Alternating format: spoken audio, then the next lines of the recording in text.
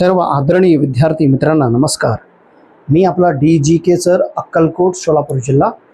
Maharashtra set परीक्षा paper क्रमांक 1 मधील 9वा टॉपिक पर्यावरण. पर्यावरण या घटकामध्ये येणारे 100 महत्त्वाचे कन्सेप्ट आपण बघूया. आणि हे कन्सेप्ट मिनिमम हे कन्सेप्ट तुम्हाला यायला पाहिजे आणि हे कन्सेप्ट तुमच्या लक्षात असायला पाहिजे.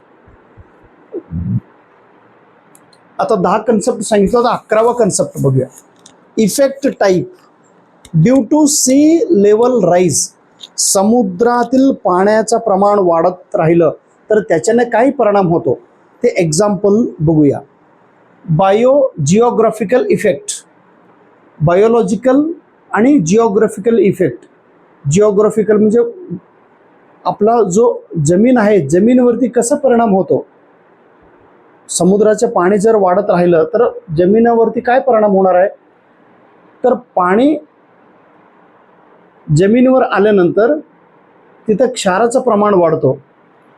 साल्ट वॉटर इंट्रुजन, समुद्रातील पाणी जमिनीवर आल्यानंतर त्या जमिनीत साल्टचं प्रमाण वाढणार आहे. साल्ट म्हणजे आपण काय म्हणतो, मिठाचं प्रमाण वाढणार. आता क्लायमेटिक इफेक्ट काय होणार आहे, वातावरणातील परिणाम. स्टॉर्म चेंजेस, जो वारा असतो ते वाऱ्यामध्ये बदल घडणार आहे. सोशल इफेक्ट, समाजावरती परिणाम.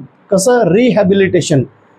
समुद्राचे पाणी जर जास्त वाढत राहिलं आणि तो जमिनीवर आलं तर तिथला लोक स्थलांतर करतात, ते जागा सोडून दुसऱ्या जागावर जाऊन राहायला. रिहॅबिलिटेशन. सामाजिक परिणाम. नॉन क्लायमेटिक इफेक्ट, हवामान. नॉन क्लायमॅटिक म्हणजे हवामान सोडून काय परिणाम होणार आहे. Flooding due to sea water, flooding होणार. फ्लडिंग म्हणजे महापूर येणार आहे. हे थोडं लक्षात घ्या. त्याच्यानंतर 6 सप्टेंबर 2024 रोजी आपलं जो प्रधानमंत्री नरेंद्र मोदीजी यांच्या शुभहस्ते गुजरात येथील सुरत या नगरात एक अभियानाची सुरुवात झालं. आणि तो अभियान म्हणजे जलसंचय जनभागीदारी अभियान. जलसंचय जनभागीदारी अभियान म्हणजे जे रेन वॉटर आहे, जो एक एक थेंब जर खाली पडत असताना तो थेंब पाणीचं साठवण केलं पाहिजे, त्याचं रक्षण केलं पाहिजे. पाऊस पडल्यानंतर जे पाणी पडत आहे ते पाणीचं संग्रह करणे, त्याचं संरक्षण करणे. जलसंचय, रेन वॉटर हार्वेस्टिंगचा हा प्रोग्राम आहे की पाऊस पडल्यानंतर पडत असलेले जे पाणी आहे त्याचा संग्रह केला पाहिजे, त्याचा वेस्ट होऊ नये. अशी एक अभियान सुरुवात झालेली आहे.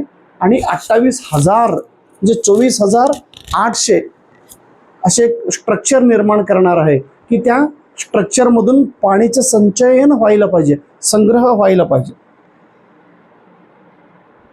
Colloidal and dissolved organic water are removed through secondary waste water treatment process.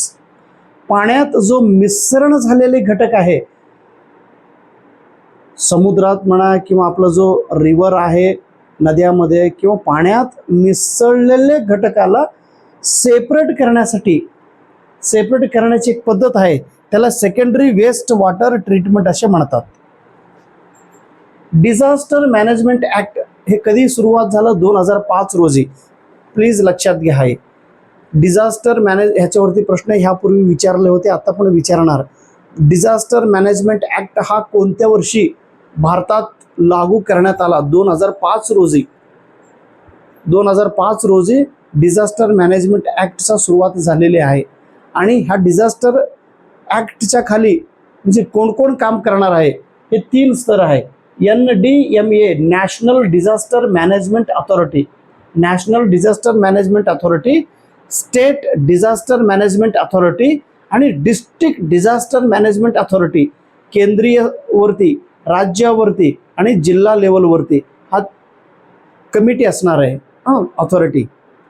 आता कालच आपलं संसदमध्ये या अमेंडमेंट बिल पास झालेलं आहे.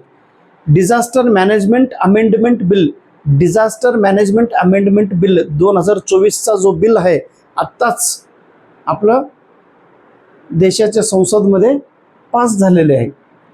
कालच म्यानमार येथे, म्यानमार म्हणजे आपला जो बर्मा देश आहे, बर्मा देश जे बांगलादेश झाल्यानंतर तो देश आहे, आपला जो ईशान्येकडील जो भाग आहे, अरुणाचल प्रदेश नंतर इकडं त्रिपुरा आहे, मिझोरम आहे, नागालँड आहे, ह्या राज्याच्या सीमेला जोडलेला हा देश आहे बर्मा. त्या देशात काल भूकंप झाला होता, त्याचा मॅग्निट्यूड 7.7 होते. आता भूकंप मेजरमेंट करण्यासाठी कोणता स्केल वापरतात?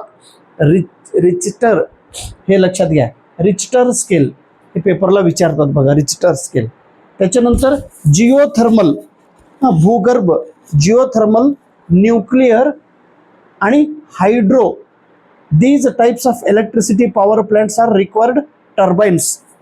जिओथर्मल पासून इलेक्ट्रिसिटी तयार करता येतो, हायड्रोपासून इलेक्ट्रिसिटी तयार करता येतो, न्यूक्लिअरपासून इलेक्ट्रिसिटी तयार करता येतो आणि त्याच्यामध्ये टर्बाईनचा वापर होत असतात.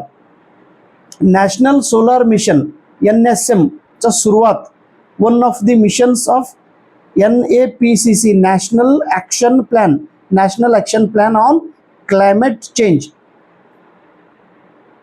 याच्या अंतर्गत 2010 रोजी नॅशनल सोलार मिशनची सुरुवात झालेली आहे. प्लीज हे लक्षात घ्या. नमस्कार. मुनकुळीत नोंद राहत असं पाचूक होती बोला ना. हां